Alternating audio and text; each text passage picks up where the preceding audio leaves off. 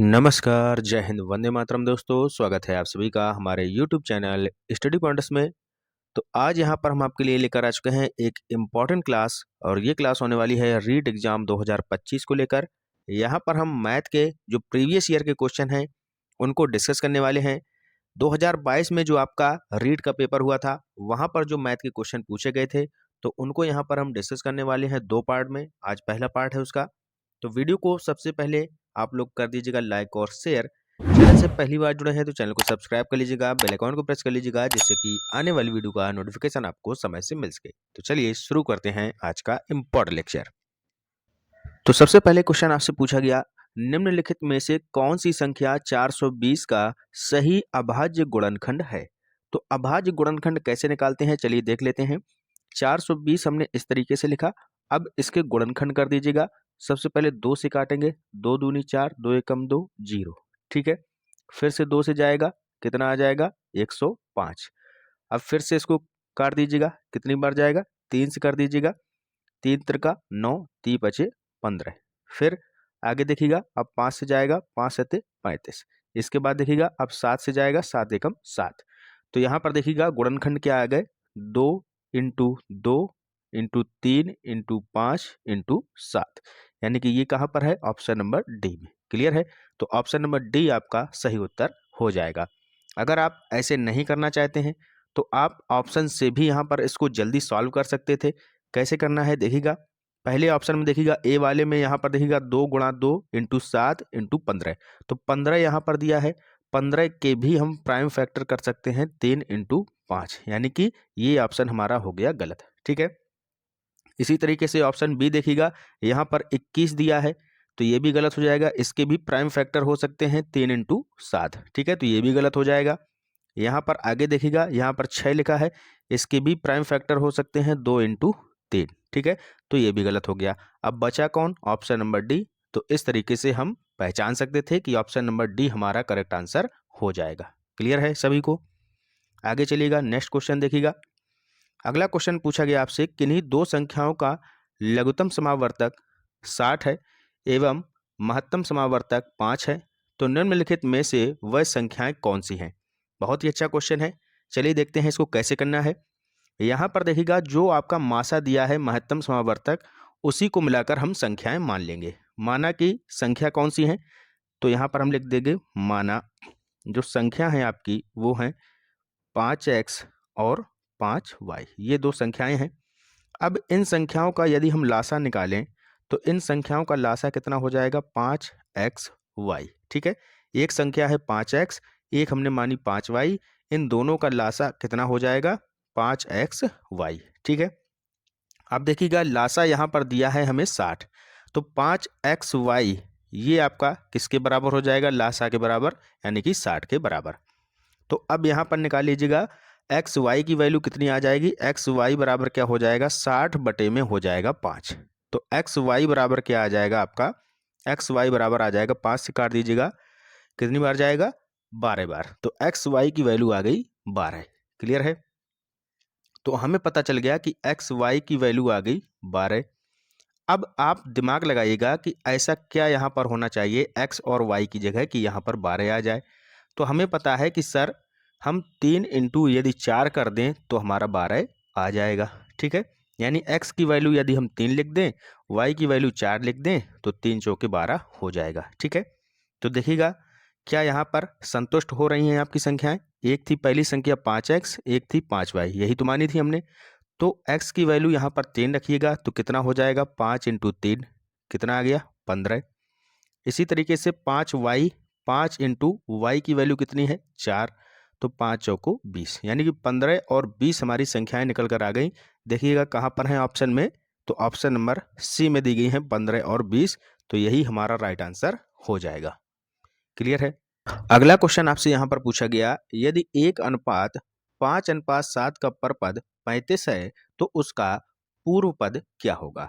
तो सबसे पहले हमें पता होना चाहिए कि ये परपद जो शब्द है इसका मतलब क्या होता है और पूर्व पद जो दिया है इसका मतलब क्या होता है।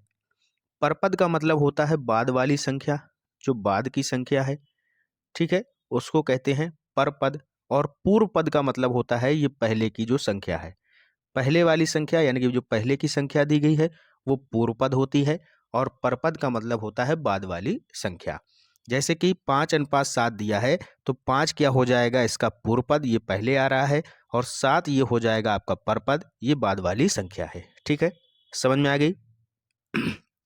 अब देखिएगा सवाल, 5:7 दिया है और इसका परपद दिया है 35, यानी कि यहाँ पर 7 क्या है, परपद है आपका। ठीक है, 7 परपद है और 5 क्या है, पूर्व पद है। ये हमने आपको समझा दिया। अब इसका जो परपद दिया है वो दिया है 35, यानी कि 7 यूनिट की वैल्यू कितनी दी गई है, 35। 7 यूनिट की वैल्यू 35 दी गई है, हमें पूर्व पद निकालना है। तो 7 यूनिट की वैल्यू कितनी है, 35, तो 5 यूनिट की वैल्यू हमें निकालना है। ठीक है, तो कैसे निकालेंगे, 35 इंटू में हो जाएगा 5, बटे में हो जाएगा 7। 7 से काटेंगे, 7 पना 35 और 5 25। ठीक है, तो 25 इसका सही उत्तर हो जाएगा, ऑप्शन नंबर ए। क्लियर है। आगे चलिएगा, नेक्स्ट क्वेश्चन देखिएगा। अगला क्वेश्चन क्या कह रहा है, 4 आदमी एक काम को 20 दिन में पूरा करते हैं, तो 10 आदमी उसी काम को कितने दिन में पूरा करेंगे। बहुत सिंपल क्वेश्चन है। क्या करना है यहाँ पर, M1 D1, ठीक है, बराबर M2 D2, ये फार्मूला लगा देंगे। M1 D1 बराबर M2 D2, तो क्या हो जाएगा, 4 आदमी हैं यानी कि 4 इंटू D1 कितना है, D यानी कि दिन कितने हैं, 20 दिन हैं, बराबर कर देंगे 10 आदमी यानी कि M2 की वैल्यू 10 है और D2 की वैल्यू हमें निकालनी है। ठीक है, 10 से भाग देंगे, 10 दूनी 20, 4 दूनी 8, तो D2 की वैल्यू कितनी निकल कर आ गई, 8। ऑप्शन नंबर दूसरा यहाँ पर करेक्ट आंसर हो जाएगा। क्लियर है, बहुत ही सिंपल क्वेश्चन है। इसी तरीके से आपको सवाल देखने को मिलते हैं, ज़्यादा हार्ड क्वेश्चन आपसे नहीं पूछे जाते हैं एग्जाम में। ठीक है, अगला क्वेश्चन देखिएगा, रुपये 329 में एक वस्तु को बेचने पर एक डीलर को 6% की हानि हुई, तो वस्तु का क्रय मूल्य क्या होगा। यानी कि 6% की यदि हानि होती है तो हमें दिमाग में सीधा आना चाहिए कि सभी चीज़ें अपने आप में 100% होती हैं। ठीक है, उसने 6% की जो हानि सही है, तो इसका मतलब है कि उसने अपनी वस्तु को 94% पे बेचा है। ठीक है, 94% में बेचा है। वही वैल्यू यहाँ पर दी गई है, 94% की वैल्यू दी गई है 329, क्योंकि हमने 6% की हानि पर बेची है यानी कि 94% पर बेची है, तो 94% की वैल्यू दी गई है 329, तो हमें निकालना है क्रय मूल्य यानी कि 100% की वैल्यू। ठीक है, तो कर दीजिएगा, 329 इंटू में हो जाएगा 100, अपॉन में हो जाएगा 94, परसेंटेज से परसेंटेज खत्म हो जाएगा। ठीक है भैया। अब देखिएगा, 2 से काटेंगे 47, 2 से काटेंगे 50। ठीक है, 47 का भाग देंगे 329 में, तो ये जाएगा आपका 7 बार, करके देख लीजिएगा, 7 सते 49, 7 चौके 28, 4 32, 329 आ रहा है। अब बचा 7 और 50, तो 7 और 50 का जब आपस में गुणा कर देंगे तो 350 इसका राइट आंसर आ जाएगा। ऑप्शन नंबर डी आपका करेक्ट आंसर हो जाएगा। समझ में आ रहा है सभी को, बिल्कुल सिंपल है। हमने यहाँ पर इसको बहुत ही आसान बना दिया है। कोई चीज़ है जिसको हमने 6% की हानि पर बेचा है, यानी कि 94% पर हमने उसको बेचा है और 94% की वैल्यू 329 दी गई है। ठीक है, तो 100% की वैल्यू हम आपस में यहाँ पर निकाल लेंगे। 329 का गुणा हो जाएगा 100 से, बटे में आ जाएगा 94, इसको सॉल्व करेंगे 350 हमारा उत्तर आ जाएगा। ठीक है, आगे देखिएगा। बहुत ही सिंपल क्वेश्चन है, 3 संख्याओं का औसत 40 है, यदि उनमें से 2 संख्याओं का औसत 38 है तो तीसरी संख्या क्या होगी। हमें पता है, एक फार्मूला हमने पढ़ा है, संख्याओं का यदि हम योग निकालें तो क्या होता है, टोटल जो संख्याएं दी गई हैं, टोटल संख्या जितनी दी गई हैं इनटू में औसत, इनटू में औसत। अगर हमें संख्याओं का योग निकालना है तो जितनी टोटल संख्याएं दी गई हैं और जितना उनका औसत दिया गया है, उनका आपस में यदि हम गुणा कर दें तो हमें संख्याओं का योग मिल जाएगा। ठीक है, देखिएगा, 3 संख्याएं हैं पहले, तो टोटल संख्याएं 3, गुणा करेंगे, औसत 3 संख्याओं का कितना है, 40, गुणा कर दीजिएगा 120, तो 3 संख्याओं का जो योग आएगा वो आएगा 120। ठीक है, इसी तरीके से करिएगा तो हमें तीन संख्याओं का योग पता चल गया, कितना आया, 120 आया है तीन संख्याओं का। आगे लिखा है यदि उनमें से दो संख्याओं का औसत 38 है तो दो संख्याओं का जब हम औसत निकालेंगे तो क्या हो जाएगा, टोटल संख्या 2, औसत है 38, तो इन दोनों का गुणा हो जाएगा तो ये आ जाएगा 76। दो संख्याओं का योग 76 है, तीन संख्याओं का योग 120 है, इन दोनों का अंतर कितना है, 44 है। तो यही हमारी तीसरी संख्या हो जाएगी, ऑप्शन नंबर डी। ठीक है, क्योंकि हमें क्या पता चल गया कि तीन संख्याओं का योग 120 आ रहा है, दो संख्याओं का योग 76 आ रहा है। अगर हम 120 से 76 माइनस कर देंगे तो हमें तीसरी संख्या प्राप्त हो जाएगी। ठीक है, क्लियर है सभी को? आगे चलिएगा, अगला क्वेश्चन देखिएगा, बहुत सिंपल है। रुपए 3000 पर 2 वर्ष के लिए 11% की वार्षिक साधारण ब्याज दर से कितनी धनराशि प्राप्त होगी? बहुत ही सिंपल क्वेश्चन है। आपको पता होगा सिंपल इंटरेस्ट का फॉर्मूला क्या होता है, मूलधन गुणा दर गुणा समय बटे में 100, PRT अपॉन 100। हमें पता है मूलधन है 3000, कितना है भैया, 3000, परसेंटेज दर दी गई है 11%, समय दिया गया है 2 वर्ष, बटे में हो जाएगा 100। 2 जीरो से 2 जीरो कैंसिल हो जाएंगे। ठीक है भैया, 11 दूनी 22 हो जाएगा, 30 में 22 का गुणा कर दीजिएगा तो 22 तिहाई 66 होता है, 1 जीरो हो जाएगा। तो हमारा जो सिंपल इंटरेस्ट यानी कि जो ब्याज निकल कर आया वो आया है 660 रुपये।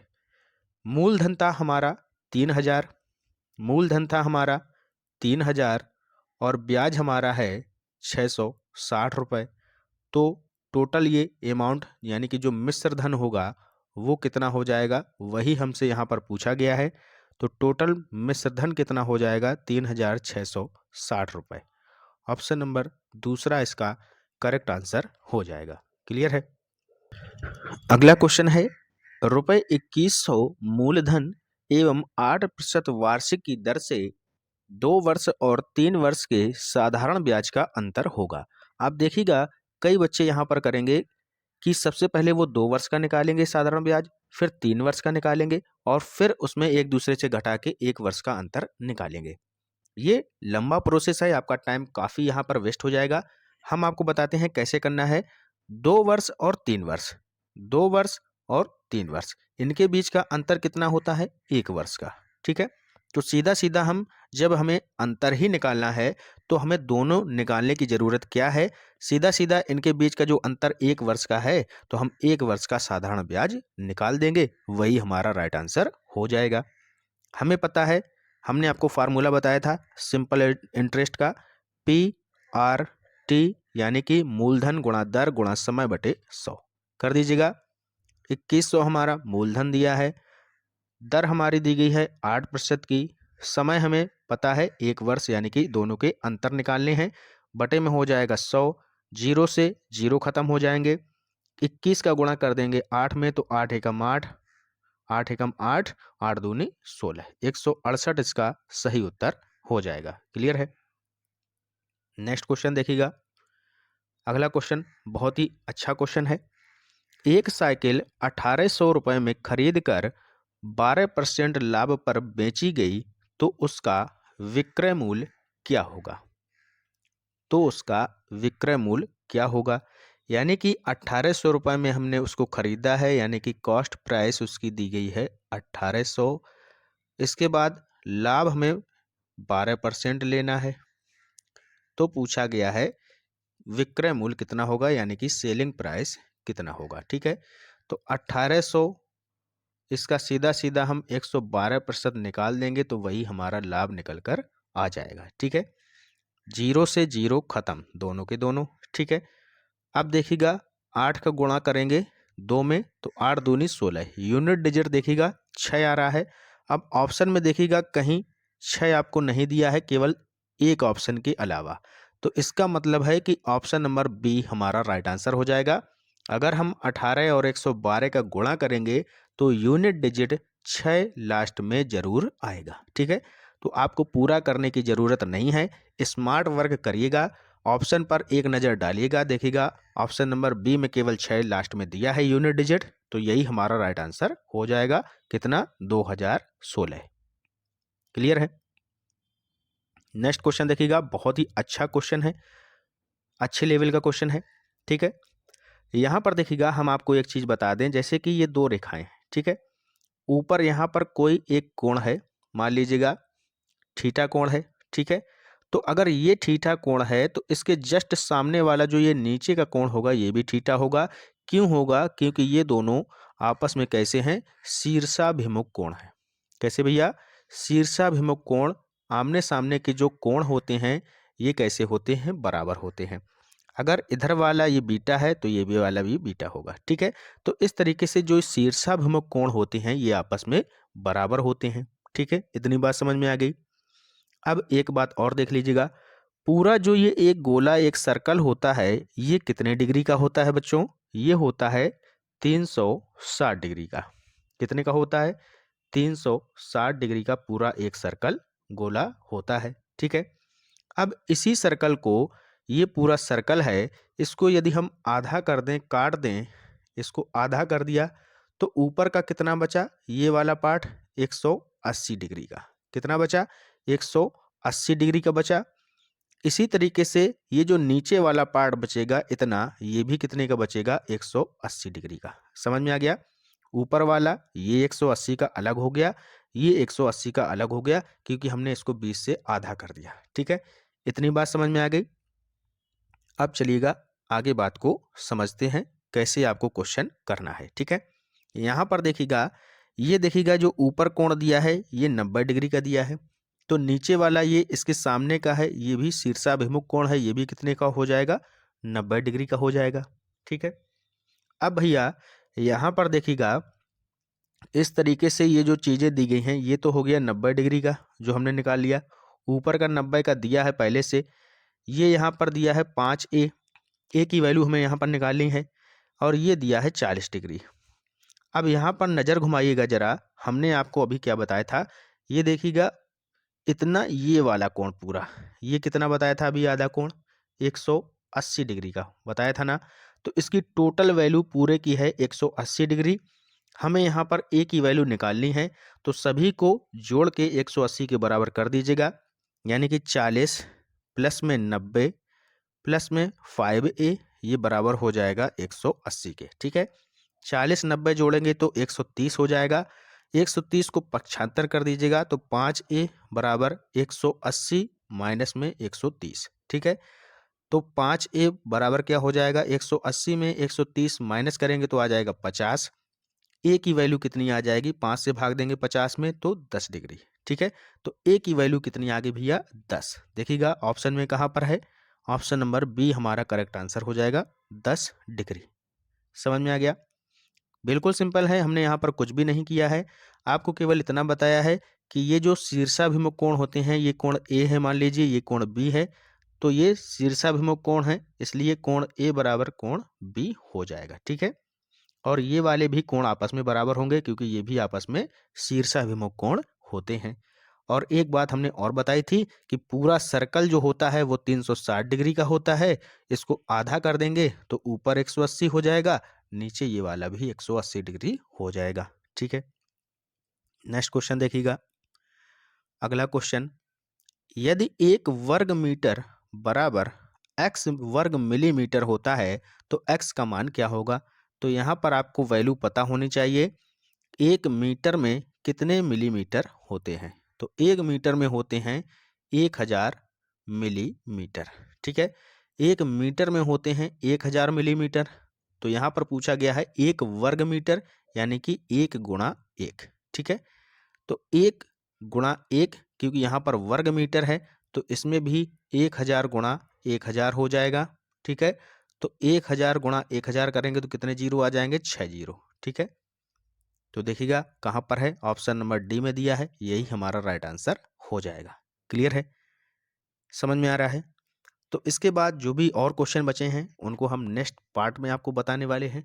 वीडियो आपको कैसा लग रहा है ज़रूर हमें बताइएगा। अगर अच्छे से समझ में नहीं आ रहा है तो कमेंट करके बताइएगा, हम और अपनी जो स्पीड है उसको स्लो कर देंगे। ठीक है, तो मिलते हैं नेक्स्ट पार्ट में, तब तक के लिए पढ़ते रहिए, आगे बढ़ते रहिए। जय हिंद, जय भारत।